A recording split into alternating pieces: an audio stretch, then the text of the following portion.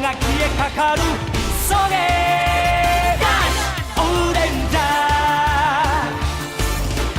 ー熱い血流れる鋼のマシン Welcome to the Super Sentai Brothers. This is episode 36 of For Your Eyes Ohranger, the internet's best and only podcast dedicated to Chouriki Sentai Ohranger. Every week we watch an episode of the show and we share our thoughts with you, the listener. My name is Matt J, and with me as always is my co-host and brother Dave. Dave, how you doing today? I'm doing pretty well. Nice. Yeah, I'm just kind of gearing back, first day back to school tomorrow. Oh, wow. So, yeah. That definitely snuck, it snuck up on me. You were probably paying a lot more attention. Yeah, no, it did. It always does, man. And it's very strange because before school starts, there's always a feeling like, oh man, this is, I gotta get back to, I gotta go back and blah, blah, blah. And then by the end of the day on Monday, it's like, you're just back. Right. Like, it's not some weird torture thing. Like, it's a job that you have no, and have been doing for years. Right, yeah. So, it is. It's not like you're going back to prison. Right. The day beforehand is always a weird transition day. I mean, you just go and then you go. Yeah.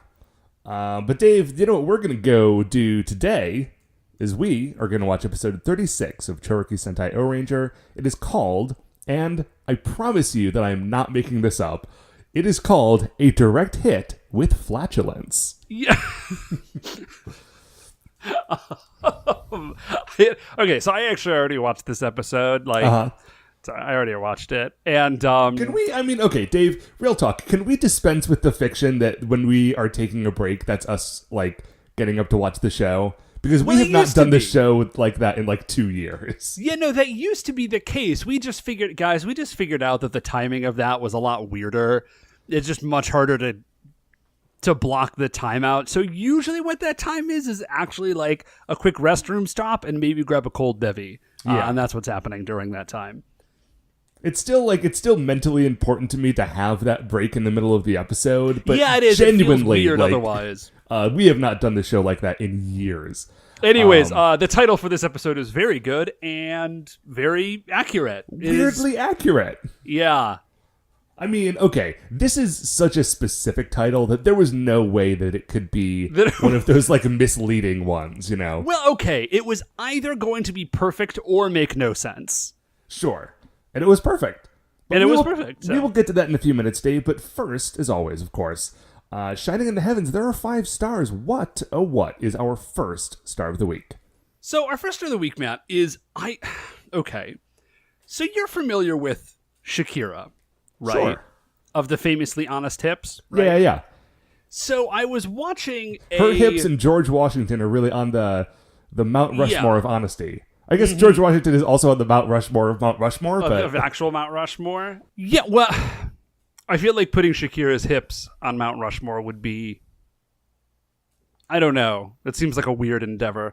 Anyways. I guess what you would have to do is have, another taller mountain right behind it, and have, Shakira's hips on level with the other faces where the rest of Shakira towers above it, which actually I think would be a good look anyway.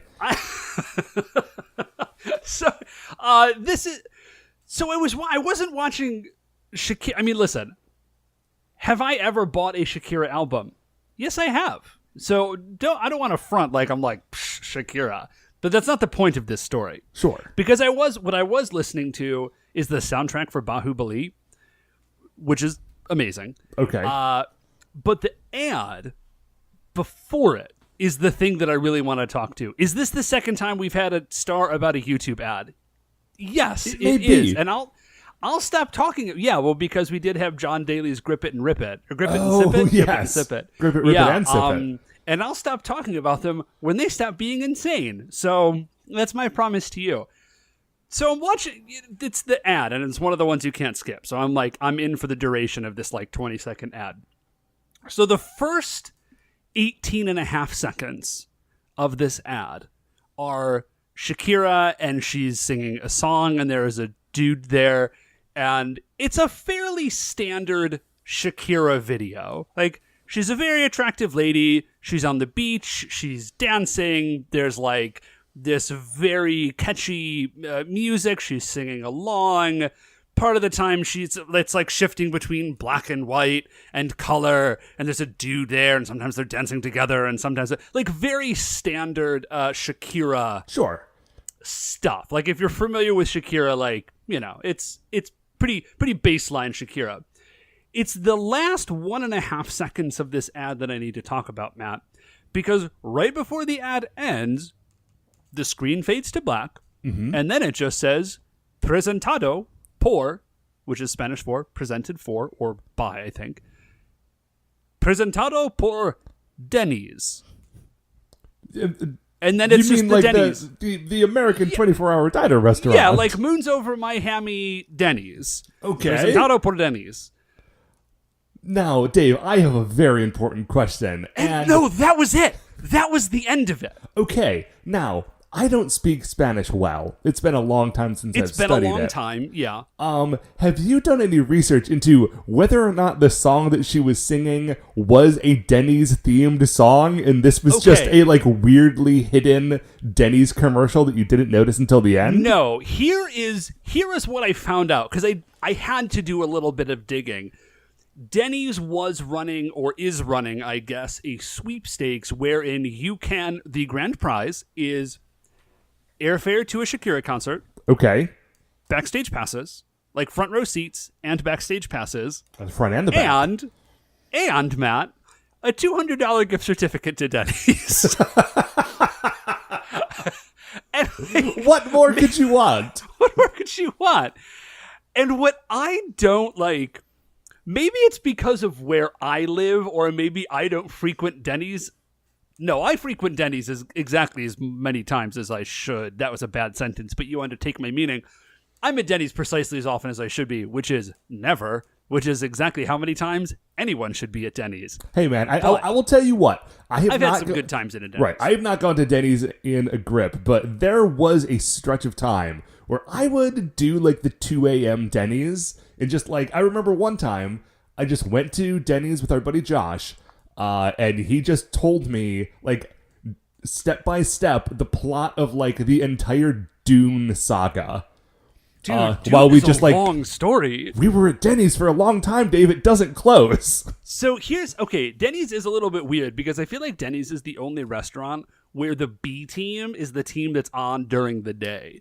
Like, normally, if you've got a place where, like, there's very long hours, like the daytime is when all the good people are there, and then they bring in like the B team at night. And I feel like Denny's is the reverse. If you go to Denny's at like 2 a.m, that's when like a beautiful diner maestro is behind the grill. If you go at like noon, that food isn't worth eating. Oh no. Anyways, maybe it's just because of where I live or whatever, but in my mind, the overlap between like people who are into Denny's and people who are into Shakira is zero. I'm also thinking about how much time it would take me to burn through a $200 Denny's gift certificate. Because, like, the food at Denny's is fairly inexpensive. Like, it's not, yeah. Like, you would only eat so much of it. I would have to go to Denny's, like, every day for a month to blow through $200. You know, I feel like what I would be most likely to do is go to, like, I would try to sell it. Like, that I think is the best. It's like, I will give you a $200 Denny's gift certificate for $100 of dollars? Dude, I would give it to you for like a cool $40. Because that isn't money for me to go eat at a decent restaurant. I just couldn't but the fact that there was no additional information, just like 18.5 seconds of Shakira, 1.5 seconds of Denny's, zero interaction between those two things. Okay, so, I mean, listen. As we said earlier, Shakira's hips do not lie, but that doesn't mean that they need to give you all available information. It just means that they're not allowed to deceive you. It's a technical truth. Right. There are two Shakiras. One hips only lie, one's hips only tell the truth. Which you one can ask will give one you a question. $200 Denny's gift certificate. So anyways, Matt, what is our second star of the week? Dave, our second star of the week is that I came home last night from your place. I was over visiting. Producer Mark was in town. We're hanging out. Yeah, it was great. We're talking. Actually, we were doing a lot of Sentai conversation yesterday. We were. Well, we were working on that aforementioned Secret Sentai project that I mentioned a few weeks ago. And I got home, and I pulled the little pull chain on the light in the little hallway walkway area right outside my bedroom, and the light turned on. And then later, I went to go pull that chain again to turn the light off, and it did not turn off.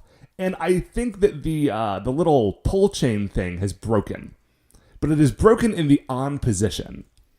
That's not fun. So I thought, okay, I've got some ideas. I don't want to just take the light bulb out of the fixture, because then I've just got a live hot. Yeah, no, that's the worst thing you could do, right. I feel like. So I can't do that. All it would take then is for a moth to climb in there, and I've got a house fire.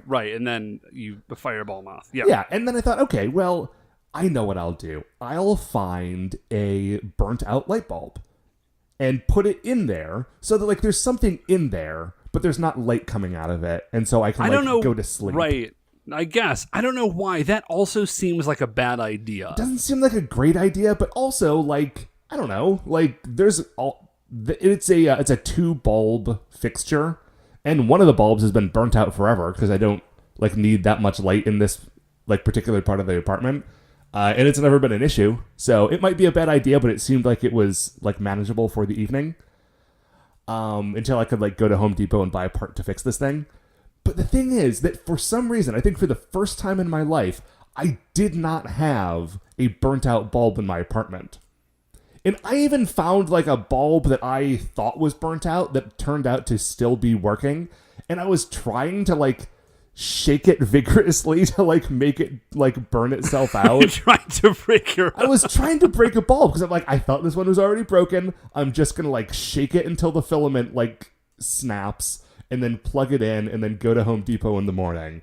And man, I have burnt out so many bulbs in my life. These bulbs that I have now are impregnable. The only way I could have broken it would be to have actually broken the glass, and we're just circling back around to another bad idea. I guess are you roundabout complaining that you purchased high quality light bulbs? Dude, I didn't even purchase these light bulbs. These are just in my apartment, and I don't know where they came from. I think they were here when I moved in, in a drawer. Which makes it even more difficult to believe that they're still working, because I moved into this apartment 5 years ago. For a long time. Anyway, so what I ended up doing was just Matt, are these LED bulbs and you just didn't know about it? I did check they are not because LED bulbs. I just have difficulty believing a filament bulb lasted 5 years. I mean, not being used. It was just chilling out. Anyway. Well, yeah, okay, anyways. Anyway, so what I ended up having to do was just put the LED light bulb back in the socket and leave the light on all night. But again, this is the light the light fixture that is right outside my bedroom door. And since it is the summertime and I do not have air conditioning, the way to make my room comfortable is to open the window and open the door and set up a fan so there's a cross breeze. Mm-hmm. So that means that I finally gave up on trying to get this thing fixed at 1:30 in the morning, and I climb into bed and there's just a light on. And not a dim light, because I don't have any very dim bulbs. It's just this very bright light right outside my doorway, and it was extremely hard to sleep. That's all. God, that is... Well, I'm sorry, bud. Also, I went to Home Depot to get the part to try to fix it, but as it turns out, the little pull chain thing is not something that I can remove from my current light fixture, so I was not able to take it apart to put the new thing back together. It has been a morning. I mean, it's 4:30 p.m. now, but it was a morning this morning when I was trying to deal with it. Oh, sorry, man. That's super lame. I guess I will update you later. I mean, ultimately, I'm fine. I shot okay. I shot an email to my landlord, and I'm sure someone will take care of it soon. But yeah, that has been my day. Dave, what is our third star of the week? So, third star of the week, Matt, is the last night was NXT TakeOver. Yes, NXT TakeOver Brooklyn 4. Yeah, and I don't get a ton of chance to watch wrestling as much as I do enjoy it, just because that's my life. But you were over, and Beth was watching the kids because Mark was here, and we were able to watch some of NXT TakeOver. And more importantly, for me, it was the first time I'd ever actually gotten to see a match with a former coworker and close personal friend. He is not my close personal friend. Ethan Carter III, or EC3, aka Mike Sutter, which is his actual name. So just like I used to work with this dude at the Cheesecake Factory, and now he is in NXT. Well, he was in NXT, and then he wasn't, and now he is back. Yeah, he was previously Derek Bateman, and then he went to TNA, and now he's back but he's his TNA character, EC3.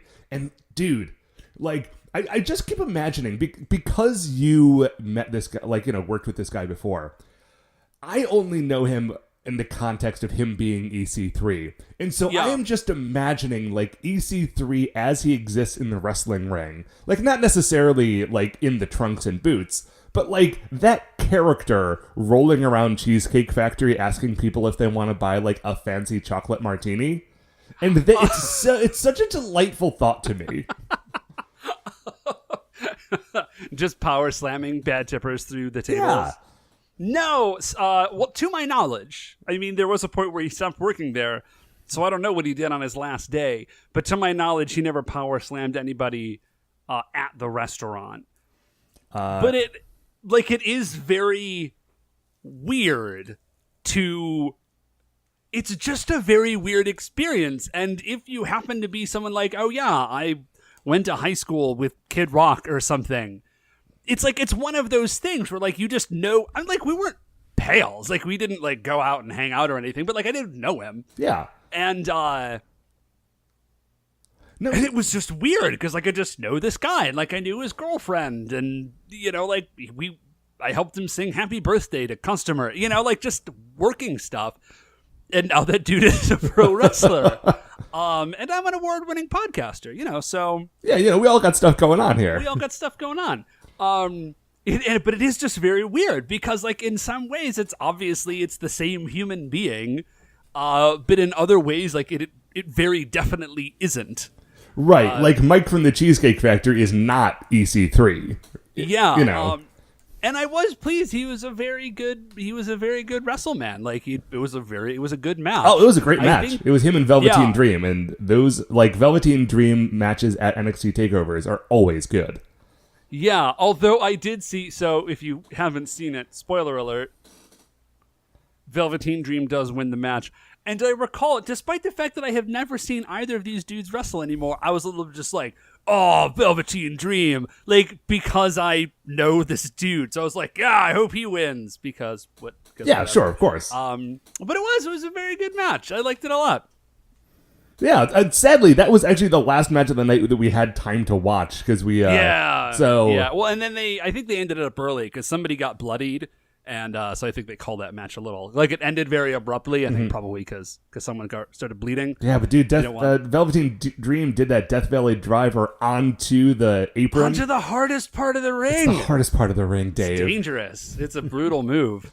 Anyway, what is our fourth star of the week? So our fourth star of the week is another, it's like I don't know, we should have a little song for this. I'm not by saying that I have caused a song to appear. Not necessarily. But if I know producer Mark does have other things to do in his life. No, I know. I just feel like, Mark, no pressure. I just feel like the more we talk about it, the more likely he is to make a song. But Mark, you don't have to do a song. But here's the song. That said, here's the song. It's a Grandma TV update. From Cleveland, the champagne voices of Matt and Dave. It's the Super Sentai Brothers Show. Brought to you by Geritol. Thank you. Thank you and greetings, my friends. Welcome to our show. We're happy you could join us as we have a sky full of stars tonight. To kick us off, it's old friend producer Mark with a new arrangement of his classic standard, the Update Song.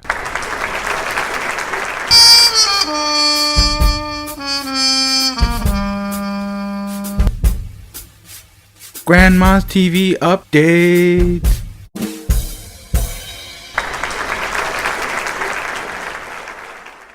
Okay.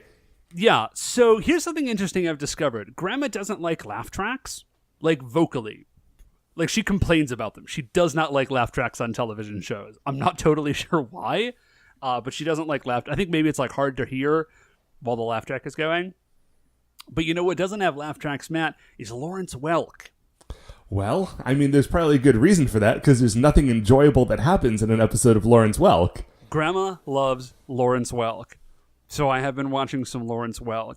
And I used to watch it as a kid, like not on purpose as a kid, but because Grandma liked it then as well as now. Right. And so, like, and also, it would just like, be on if we were visiting. And, like, when we were growing up, like, in the 90s, the Lawrence Welk show was something that would occasionally just show up on TV, either on, like, a Sunday afternoon or at, like, it was 1 just in the still in morning. reruns. Lawrence Welk is the worst television program ever made. And it seems, I mean... I don't have any so real bad. evidence to that because I haven't been watching it, but that's always been kind of my assumption. Dude, the Lawrence... Okay, so here's the deal. First of all, the Lawrence Welk show has only ever been, like, for old people. Like, even when it very first came on, like, the age of people who watches Lawrence Welk started at 65 and has never, like... It wasn't like, oh, we watched it when I was young, like I was 30, and I've just sort of kept watching it. That's not the case. The very first episode, the only people watching this show had to have been in their 60s. And then just when you turned 65, you got your invitation to come watch it. It's terrible. It's astonishingly boring. It's literally music and dancing, and that's it.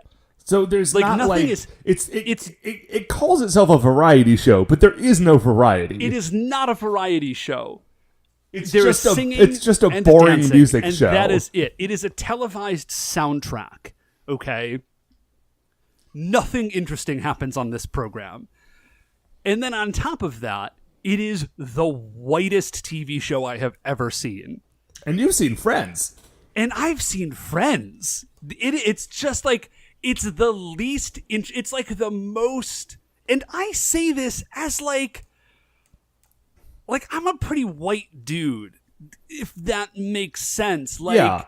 I'm a very sort of like middle class white guy. Like, I've got some nerdy interests and stuff, but this is like the most middle America, like white bread, boring. Okay, It's just like, it's Dave, soul-sucking. Can you give me a specific example from your Lawrence Welk experience that can highlight here's this a for good. me? So periodically they will do, there's two things I'll tell you. Periodically they will do Beatles covers. Okay. Okay. And the only thing I can tell you about how bad these Beatles covers are is that they are covers of Beatles songs, Beatles, mind you, that would have been socially acceptable to 60-year-olds in the 70s. Okay. Okay, So so this imagine is a a cover Beatles of song. When I'm 64 that is actually made for people who are For currently people who 64. are 64. But not just like When I'm 64, like some of the other ones too. Because they've done more than one. So mean, just imagine a Beatles song. I'm guessing they and do mostly Paul songs. Yeah, yeah. And then transmogrify that song into something that a 65-year-old woman would like in the 1970s. Okay? That's what they've done to this song. Here's the second thing. They did, because there's always a theme to these shows, right? Uh-huh. They did a tribute to Nat King Cole. Okay. Nat King Cole is great. He deserves a Nat tribute. King Cole is great. He deserves a tribute. Absolutely. Nat King Cole, if you're not super familiar, is an old, like from mid-century, kind of balladeer. He's a great singer, entertainer. He did a little acting. It is important to note, if you don't happen to know this, that Nat King Cole is African American. Right. On the Lawrence Welk Show, in the tribute to Nat King Cole, And how long are these episodes, Dave? they're like an hour long. Well, hour with commercials. Okay. So they're like 50 minutes long. In a 50 minutes of tribute to Nat King Cole, ask me, Matt, how many non-white performers there were. Oh, Dave, I'm afraid to ask you, but I am a dutiful co-host, and I will ask you, Dave. Actually, you know what? Just guess. You guess how many non-white performers there were. I mean, I've got to guess, and I'm pretty sure it's right, and it's also 0. Okay, you're very close to right. Well, mathematically speaking, you're infinitely far away, too. There is 1. Okay. Because there is 1 black dude on the Lawrence Welk show, and he is there because he can tap dance. Which also seems like that also bothers me on a level that I'm having trouble explaining right now. Having 1 black guy on your show because he can tap dance does not make your show less white. I think it actually makes it more white. Yeah, it might be worse. So anyways, the Lawrence Welk show is appalling. Matt, what is our there's no other way to say it. What is our 5th show of the week? Our 5th star of the week, Matt. Dave, our 5th star of the week is my car recently was in the shop. No big deal. Everything's cool. I recently got it back, but it being in the shop meant that for a couple of weeks I had a rental car. And Dave, a couple weeks? Yeah, about 2 weeks. Dang, okay. Well, it was some body work that had to get done. And so there had to be some painting. Right. And like anytime something gets painted, they need to wait like 3 days for it to set before you can have your car back. All is well.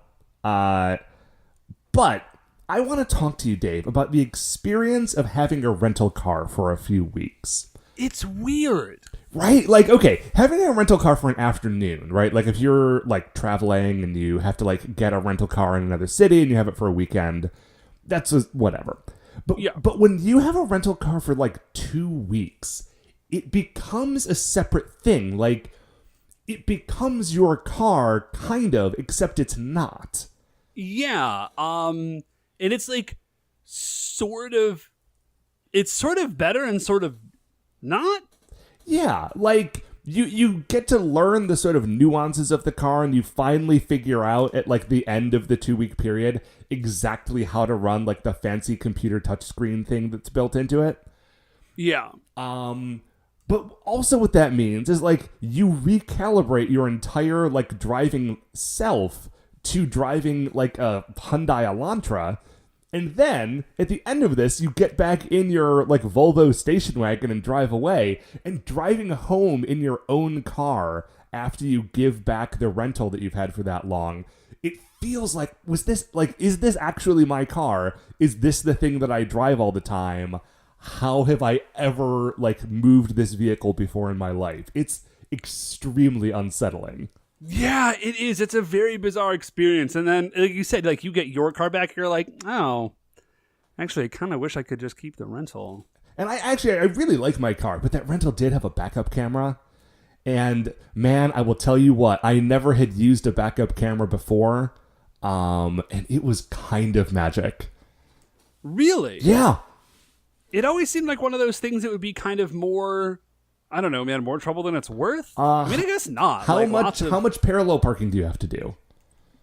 I guess not a ton. Yeah, see, I have to parallel park like a few times a day because I do not have, like everything around me is all street parking, so I ended up doing a lot of parallel parking.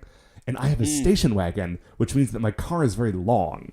And I'm forever like wondering, man, how close am I to the car behind me? And I will sometimes have to like get out of my car to like circle around to see how much space I have. It's not a huge deal, but in the week or two that I had this backup camera, I realized like, oh my gosh, you got to get yourself a backup camera.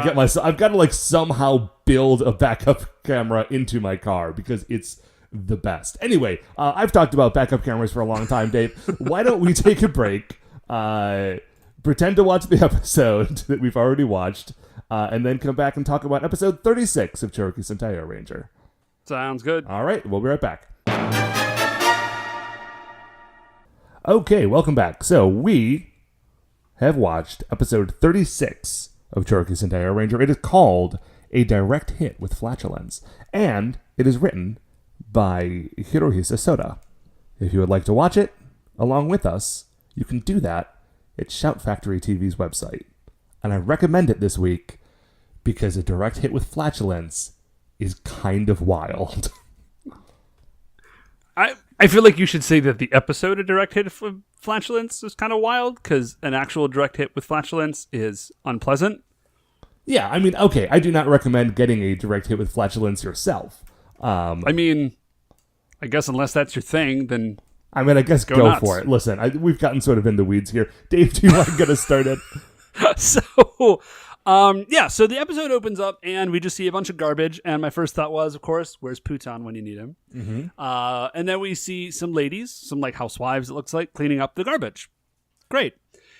It's what you do. And then Bar Skunk arrives. And that's like, there's no, he just showed, well, I shouldn't say there's no intro. There's definitely an intro. There's a musical sting. Skunk, yeah, because Bar Skunk is a, like, Mexican bandito garbage eating skunk, also maybe a French horn. Yeah, he's got sort of a French horn chest unit. There's no other way to describe that. It's sort of round and has 3 valves on it. Yeah, it's a weird choice, but they do it. Yeah, so there's like a musical, it's like a classical guitar, like da-da-da-da-dun sting. And he has a sombrero on, just so we're clear. But then they never reference that again. Yeah, and in fact, he's wearing the sombrero in this scene, and I don't think he wears it again in any other scene. Like, he takes it off at the end of, like, when he starts to fight Goro in a minute, and then it never comes back, which is very weird. Yeah, I don't get it. There have not been anyways. I think if so this suit, shows I up. feel like if this suit had been constructed differently, the sombrero would have stayed. But this robot suit has a very different look to it than the previous robot suits. Like, it doesn't look like a giant rubber suit that's designed to invoke the idea of a robot. It actually kind of looks like a robot with like weird metal bits. Like, his face is like sort of like pinched and metal and stuff. That's kind of the only way I know how to describe it. But it's a very interesting design. It is. Like, he looks cool. Actually, he has a very he really looks sort of like a Mega Man X monster. Yeah, he does. Like, he does, like, he is definitely like a robotic skunk. Like, it's a neat look. So anyways, he eats garbage. Like, that is his thing. He starts like vacuuming up garbage, and at first the women are like, "Oh, well, that's like," they're screaming, and then he's like, "Give me that garbage to eat," and then they do, and he eats the garbage, and they seem to be kind of cool with that. They're like, "Oh, well, like that seems okay." I mean, they're definitely wary about him, but then when he says, like, someone needs to go get me more garbage, the women are like, well, I have some, like, non-combustible garbage at my house. I can go get it for you. He's like, yes, combustible, non-combustible, like, food waste, dead batteries, bring it all. Like, just bring it, and so they just bring him all of their garbage, and at first they're like, well, this seems okay, and then he runs out of garbage to eat, and then he gets really angry. He's like, what? What do you mean you're out of garbage? Because he wants to eat garbage, which, like, I guess Bacchus Wrath left. Well, he's dead now. Yeah, I mean, I guess he left in a Paranoia manner left of Earth, speaking. like, millions and millions of years ago, before the existence of, like, garbage dumps. So maybe they just don't know. They're like, Bar Skunk, you could literally eat. There's a patch of garbage in the middle of the Pacific Ocean. It's like the size of a small country.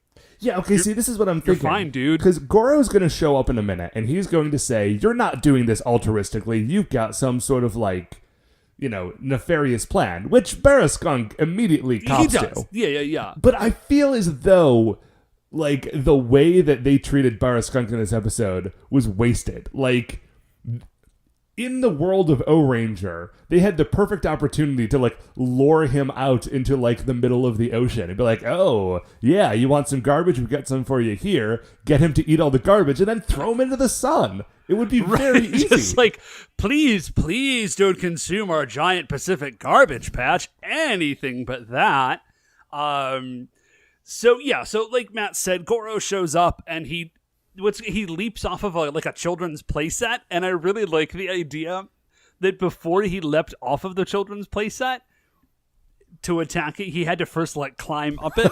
So there's Bar Skunk menacing these women, and then off stage, Goro is stealthily climbing up this children's playset so that he can have a dramatic entrance in 30 seconds. That is great. So So he finishes claim, and then he attacks, and he's like, "What's going on?" And so Bara Skunk pulls out the same sort of banner that Bara Mammoth had. So I am wondering if now we're gonna get mostly like animal themed machine beasts. Animal themed machine beasts who all have giant banners declaring their eternal, undying loyalty to Bomber the Great. Yeah, I don't even have jokes about that. I just love it. Yeah. Oh, because the banner says Bomber the Great for life. Yeah. But it also in like pictograms, like there's a little picture of Bomber the Great. So it turns out his attack, first of all, is he turns around, which skunks don't have to do, and he farts on Goro with like a acid fart that comes out of the top of his tail, like the tip of his tail, which like skunks don't have to turn around to do that, and it doesn't come out of their tail, and it's not a fart. So I think somebody got as far as like, skunks smell bad, and that was the end of the research that they did about that. Yeah. I've got a few things to say on this myself. First of all, when he declares his loyalty to Bomber the Great, Goro asks him about it, and not only does Bara Skunk say that he is the most fearsome of all the machine beasts, he also says that he's not just like a minion, he is a partner to Bomber the Great. Which makes me feel as though, like, especially because Acha and Kocha were so quick to, like, jump ship, and, like, all of these people are very enthusiastic about getting on board with Bomber the Great. Like, maybe Bomber the Great's real, like, he's got two great strengths. His first great strength is that he can fly and explode, and that's cool. His second great strength is he's got people skills. Like, his employees love him. They feel involved in the process. Right. People don't like Bacchus Wrath, but they do love Bomber the Great. So, Matt, I did just look it up real quickly, and it turns out there are no skunks in Japan. Like, they just don't exist in Japan. So I think we can extend a little leeway to, who was it that was the writer of this episode? Hirohisa Soda.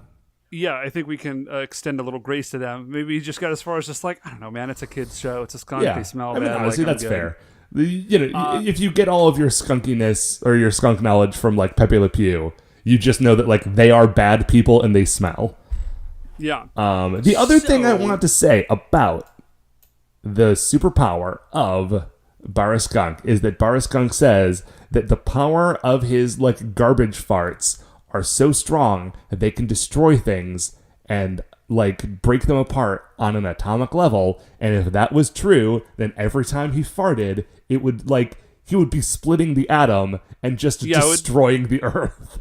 Yeah, it would be way more Which powerful. actually would make sense because he does say, I am the greatest and most fearsome of all the machine beasts, and we will later find out that he has definitely destroyed other planets. Yeah. Like, this is a dude with a track record. He has destroyed 100 planets. We'll get there when we get there, but so he turns around. I do feel like having to turn your back on your enemy in order to launch your special attack as a tactical weakness, and Goro takes advantage of it. So the first thing that happens is that Bara Skunk hits Goro with his gas, and it is powerful enough to de-henshin Goro. Right, like it dissolves his suit right off of him. Which is amazing. So Goro is completely nonplussed. He was not prepared for this. And so Bara Skunk kind of flips on. He's like, ha, gotcha. And then he goes to turn around again to hit him with more gas. And there's a soccer ball there because there's a playset that we mentioned. And so he just kicks the soccer ball for reasons that aren't clear. It's just like it's a nozzle that this gas sprays out of, and the soccer ball like lodges. It's a jam up. It jams it up. Yeah.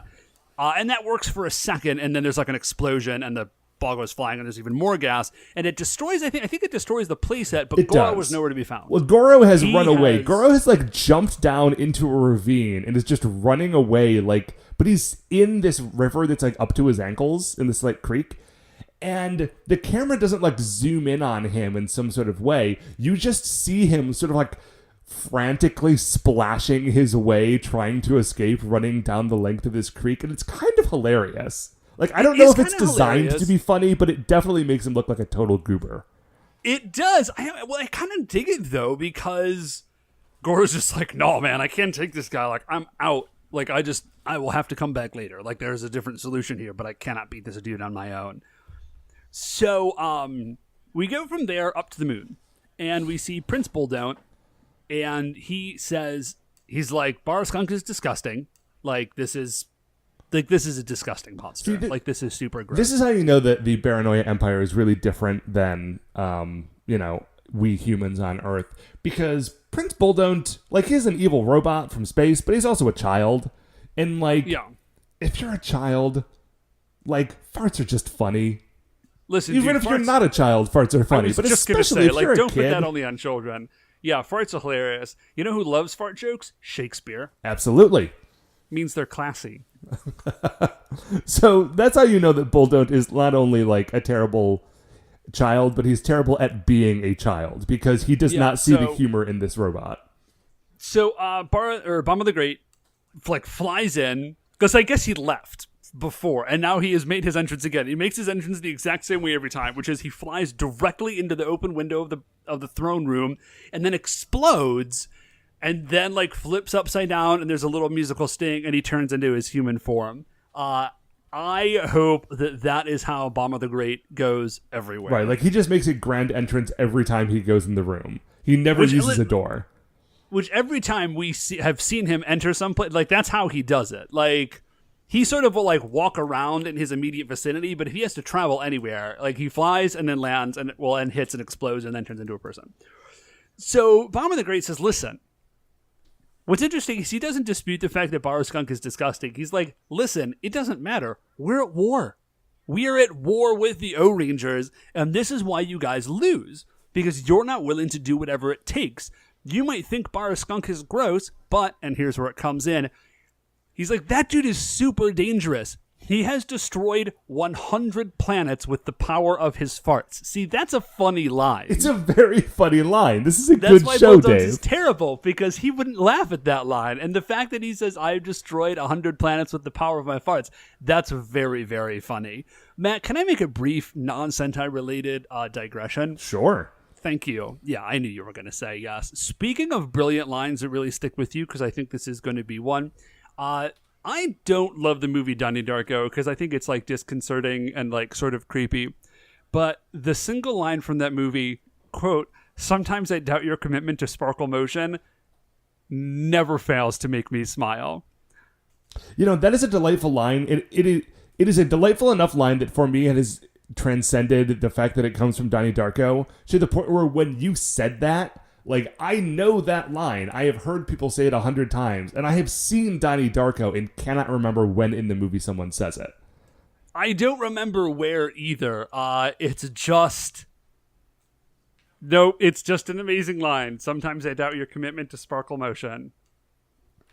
Really, it's the delivery. The woman who says it is, like, completely earnest and sort of crying about her concern.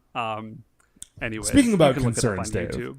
Speaking of concerns, let's talk about this planet-destroying fart. See, that's funny. That's good comedy. I didn't even come up with it. It's just funny to say. So, and the thing is that, like, Bomber the Great knows that it's funny. He's like, hey, not only is this going to destroy Earth, it's going to destroy Earth. Like, they're going to be dead and embarrassed. They're going to be, like, think how great, but what he says is, think how pathetic it would be for humanity to die from a fart. And then everybody, I think, kind of gets it.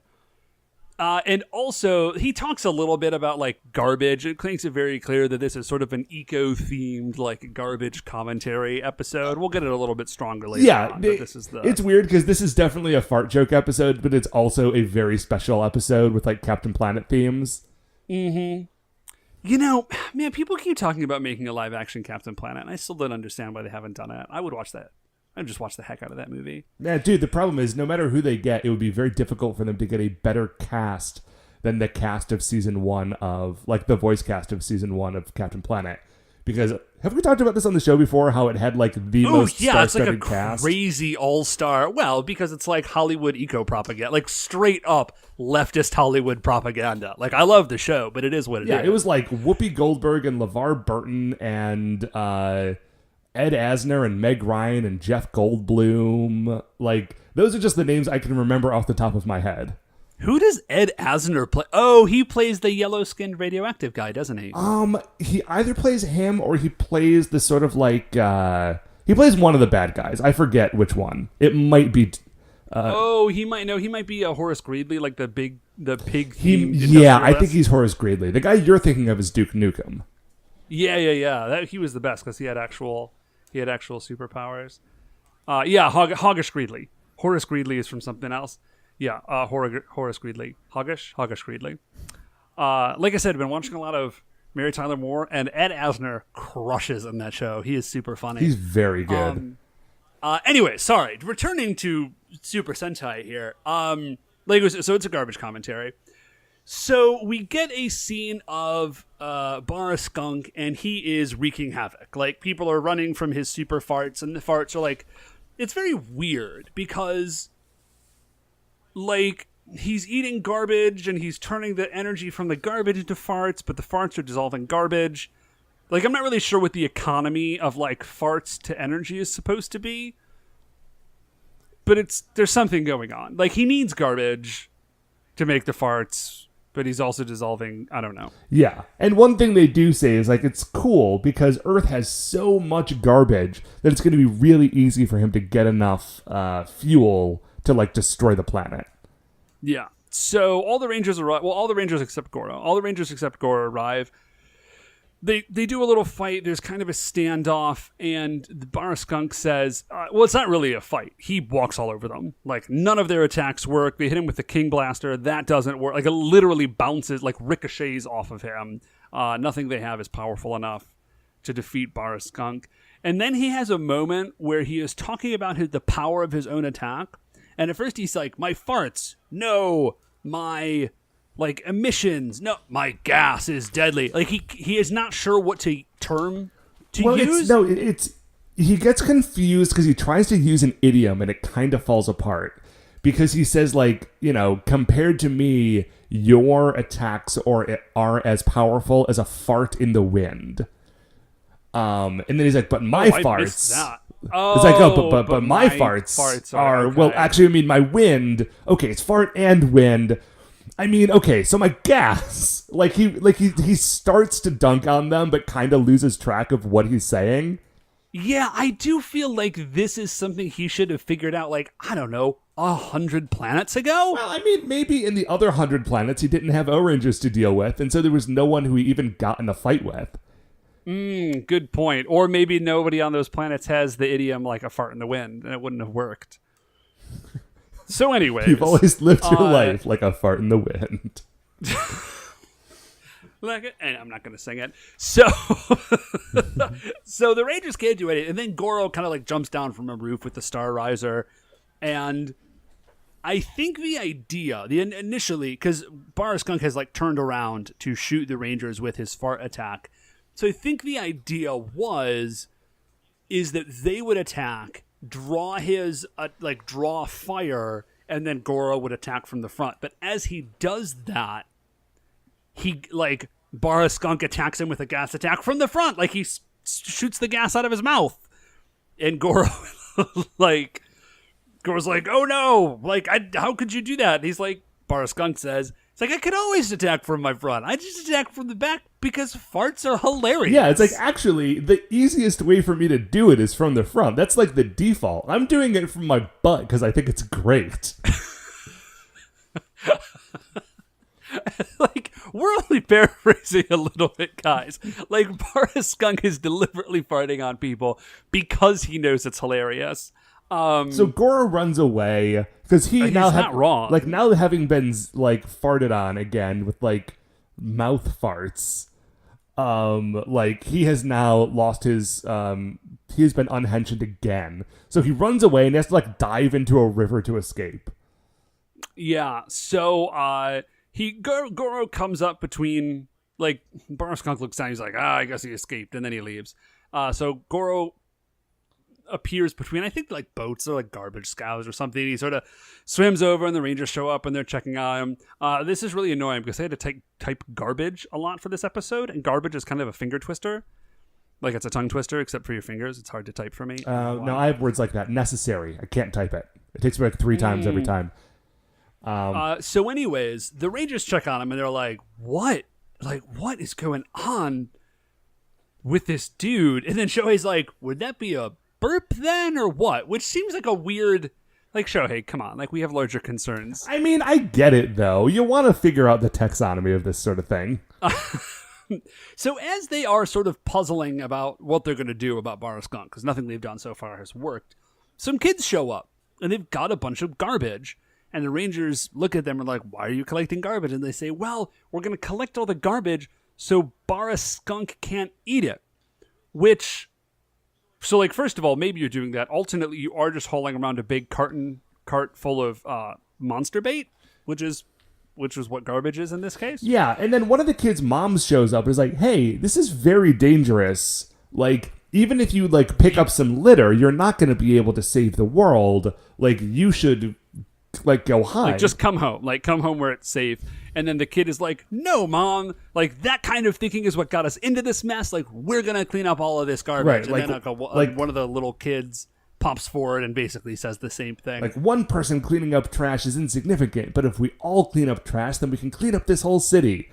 And they're like, yeah, we can clean up the whole city. But, like, and that actually, like, for the purposes of, like, environmentalism, the purposes of this episode, is true and like, good and a nice true. thing to say in a kid's show. For the purposes of the garbage, it doesn't disappear. Right. Like, it just goes to another place.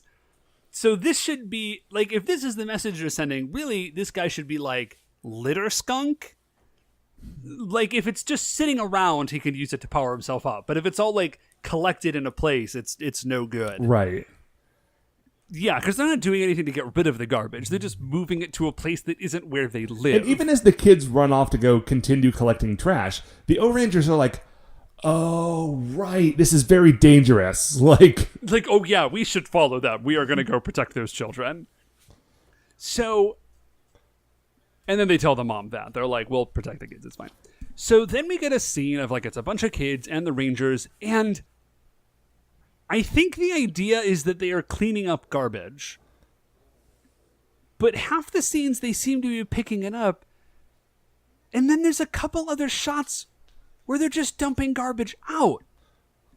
Yeah, well, you know, I mean, like you said, where they're not like, they don't have a disintegration ray. They're just trying to collect it and get it into one spot for some reason. But they're not putting, like, they're not, like, they're in a, like, they're under a bridge, and they don't seem to be putting all of the garbage into one place. They just seem to be looking at each individual piece of garbage and saying, well, that doesn't belong there. And then moving it to a different place, but then taking the other garbage. Like, they're not centralizing the garbage. They're just rotating. You know, at some point, it looked like they were throwing it in a hole, and I was wondering if they were going to be burying the garbage. Yeah, I think they just did not come up with enough ideas as to, like, what we were going to do. Right, they brought a lot of prop garbage to the set that day, and they said, I don't know, man, just move it around. We'll get some footage. Move it around. So they're doing this. Ricky and Doran arrive to help. Dude, I was shocked to see Ricky because we have not seen him in, like, 4 episodes. Yeah, it was kind of, and he's not even henching. He just shows up and is helping clean up garbage. And then the mom that was yelling at the kid, she and her friends arrive too.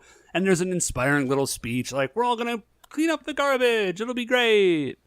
And then Bar Skunk arrives, right? Obviously. And he's just like, what are you doing? Leave that garbage where it is so I can eat it. Which, okay, I already made that joke, but, like, you could just still eat it. So he's about to attack. And then Goro, who has been hiding in a pile of garbage, like, pops out and is about to shoot him with the King Blaster, despite the fact that earlier in the episode... We have already established that does not work. Right. So right as he is about to do that, Bomber the Great arrives. Right. Crashes himself into Goro. Goro gets blown up.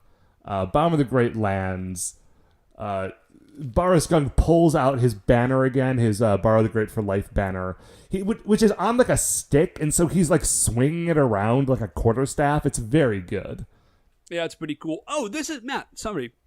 This is something I was going to mention at the very top of the episode, and it's something I can't believe I didn't sort of bring up earlier. Were you going to mention that it is currently Power Morphicon, and we haven't mentioned it at all? Oh, geez, that is the thing that I keep forgetting to mention. Yeah, happy. Well, I think it'll be over by the time you listen to this. But anyways, that's not the point.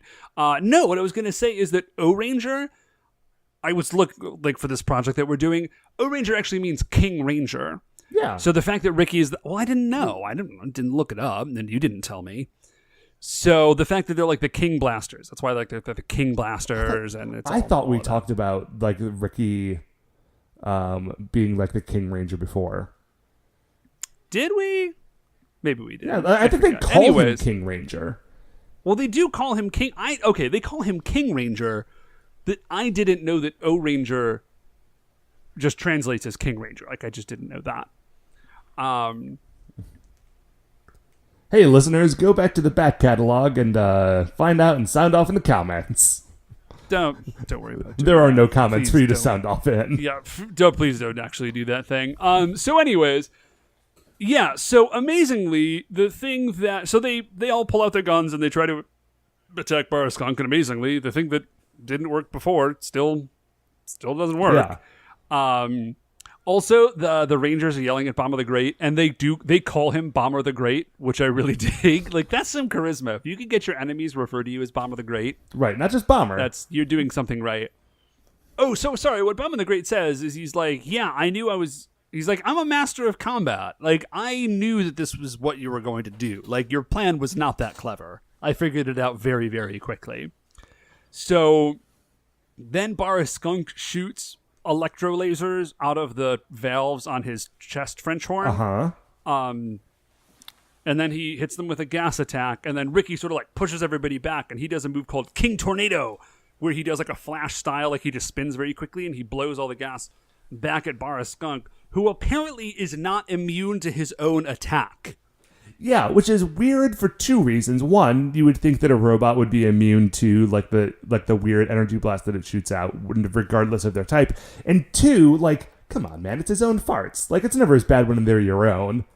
Yeah, no, exactly. So anyways, that's very quick. Like, he just blows the gas back at them, and Baraskunk's like, oh no, toxic gas! And then they summon the Ole Bazooka, and Baraskunk goes down. There's a brief, Ricky does do the King Victory Flash as well. Oh, yeah, thank you. So they stack up a couple of finishing moves on him, and he goes down. Yeah, so they do that, and then Bomber the Great like yells at Acha and Kocha, and he's like, if they kill this guy, I'm just dismantling you. Like, this is your last chance to get this right. Which seems a little harsh on Acha and Kocha, like, Baraskunk is the one who lost the fight, but whatever. Everybody just wants to dismantle Acha and Kocha. Bomber the Great wants to do it. We know that Bacchus Wrath dismantled them and put them back together when he installed the system to help them grow, or make the monsters grow. Yeah, that's right. And then also, Dr. Henna wanted to dismantle them. I forgot about that guy. The fact that he has not shown up again is... Yeah, I don't think he's coming back, dude. It bothers me. I don't think he's coming back. No, he doesn't. I told you this. I looked it up. That's the last episode that he's in. Which is crazy. Because I don't know what they would have done with him, but the fact that he was there as often as he was, and then it's not, and then he's just gone. It's just too weird. If he was in one episode and never showed up again, that would be fine. If he was in two and never showed up again, that would be fine. But the fact that he was in three episodes, and like in the third episode is like genuinely a menace to society, and then just never shows up he's again. Going to be important. So anyways, Ancha does the Kocha hammer throw, and we got a giant Baraskunk. So they summon the block of Robos. But they still, it's the same problem they had when they were giant, or when they were small. Like, they can't get close to this dude. His attack is just too powerful. So they're sort of dodging behind. They're trying to dodge this now giant-sized atomizing gas attack, and they're sort of dodging, behind buildings, and buildings are just being atomized, so that seems very dangerous. Yeah. And then we cut to the headquarters, and Chief is there, and he gets a smile on his face, and he's like, "Aw, yeah. It's time for Tackle Boy." Okay, so here's what happens. The cannon comes out of the base, and they shoot a giant... It's basically a giant roller. Yeah, remember Giant Roller? We haven't seen it in a while, but... It's a giant... It's just a very large wheel. So...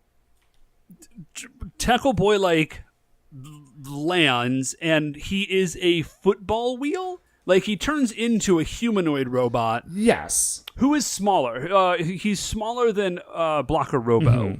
Maybe, like, I don't know, 2/3 the size? Yeah, I was going to say about 2/3. Of Blocker Robo. So, like, but he lands in time, and he spins around very, very quickly and, like, blows the gas back at Bara Skunk. Yeah. And then he attacks. Like, Tackle Boy attacks Bara Skunk. And he reminds me a lot of Tetra Boy. You know, like, it's the same sort of, he seems to move very quickly. Yeah, that's... he doesn't have a pilot. Yeah, that is how he is in my notes. I say that he's a real Tetra Boy if Tetra Boy was had a football theme and turned into an exploding bowling ball. Yeah, because that is what happens next, is that once they've got Bara Skunk on the ropes, he turns back into a wheel, and Blocker Robo, like, bowls him at Bara Skunk. Yeah, but he doesn't hit him as a wheel. Like, as he approaches, he re-transforms into his humanoid form and, like, becomes like a humanoid version of that robot, but is, like, sort of on fire, and then he hits him and it explodes. Yes. And then Then that's kind of it for the episode, except that, like, they're very happy to welcome Tackle Boy to the family, and Tackle Boy sort of, like, jumps up on O-Blocker's shoulders, or his one shoulder. No, he doesn't. He sort of picks him, like, he's holding him. Like, Tackle Boy is, like, sitting in O-Blocker's hand, and O-Blocker is, like, or Blocker Robo is, like, holding him. Which I like because that is a move that I do with Sugar Bean. I just sort of, like, pick her up, and she just sits, and I lift her very high, and she gets a big kick out of it. So I thought that was very cute. I like O-Blocker. It's weird. The last couple of episodes have been a lot of new robots, which is great. Yeah, but and I'm not I'm not complaining. I like new giant robots. I am a little bit surprised. It seems like they're really trying to get a bunch of them in now. Well, okay, here's my understanding of Ohranger's reception, like when it was on, is that Ohranger's ratings were pretty low, but Ohranger's toy sales were, like, out of this world. And so I think that maybe they're getting near the end of the season, and they're like, man, I don't know, nobody's watching this thing anymore, but if we make 5 new robots, we can, like, sell a bunch of merchandise, and then everyone will just, like, buy that, and we'll have made our money back on the season. Got it. Well, that would make sense. So that's really, we don't get a final scene. It's just like, hooray, Tackle Boy. We'll keep working together. So that's the end of that episode, Matt. But it's not the end of our episode, It's not the end of our Dave. episode, yeah. Because now we need to determine where Bara Skunk goes on the Creature Royale. So let me say, I like Bara Skunk a lot. I feel like he's got a cool look. He's got a neat attack. I feel like he's very self-aware, which I like that. I like that in a monster. He's like, let me do some farts. I could have done it from my mouth, but it's funnier to fart on you, so get at me. Okay, how do you feel he stacks up against Bara Darts? I like him a lot better than Bara Darts. I mean, I like Bara Darts, don't get me wrong, but I think this guy is... You know what it is that Bara Skunk has got some flair. He's got a definite flair. Like, he's got some swagger to him. And he definitely, like, he fails his verbal dunk, but he is definitely farting on people. And he's destroyed 100 planets! Okay, so let's go up to the top. What is our highest rated Bara Machine Beast? Well, I don't know if he actually quite counts, because our very highest rated is Bara Revenger, who is, like, the good-hearted... Oh, yeah, no. Bara Skunk is not up there. Yeah, so he's not there. So, underneath that is Bara Cactus, who actually is as high on the list because he also because he loves his that's brother. Another thing with a heart of gold. So underneath that is actually Bara Darts in at spot number 40. Okay. So just above Bara Darts is Sarugami the Ninja Monkey. And then it gets into Meteor Bem, Evil Mastermind Genius Kuroda, and Iron Mask Choryu. So actually, maybe right above Bara Darts, because I don't know if I like him more than the Sarugame, the Ninja Monkey, who, like, steals people, like, copies people's finishing moves. Yeah, I was just going to say, I feel like you actually kind of got it in one with Bara Darts, because right above him is where I would put Bara Skunk. So Bar Skunk comes in at slot number 40 Right on the Creature Royale. So that is then going to do it for another episode of the Super Sentai Brothers. Before we finish up here, I'd like to remind you all you can email the show at supersentaibrothers@gmail.com. If you want to get any updates on future episodes or check out the things that we're talking about online, we are at Super Sentai Bros on Twitter. If you like the show, please remember that shining in the iTunes review section, there are 5 stars. Rate, review, subscribe on iTunes or wherever it is that you find the show. That's what's going to help direct other people towards us, which is great. The show is produced by Retrograde Orbit Radio. If you would like to listen to any of the other great Retrograde Orbit Radio shows, you can do that at retrogradeorbitradio.com. Once again, we are the Super Sentai Brothers. I'm Matt. I'm Dave. And we'll see you next week for the greatest show on Earth.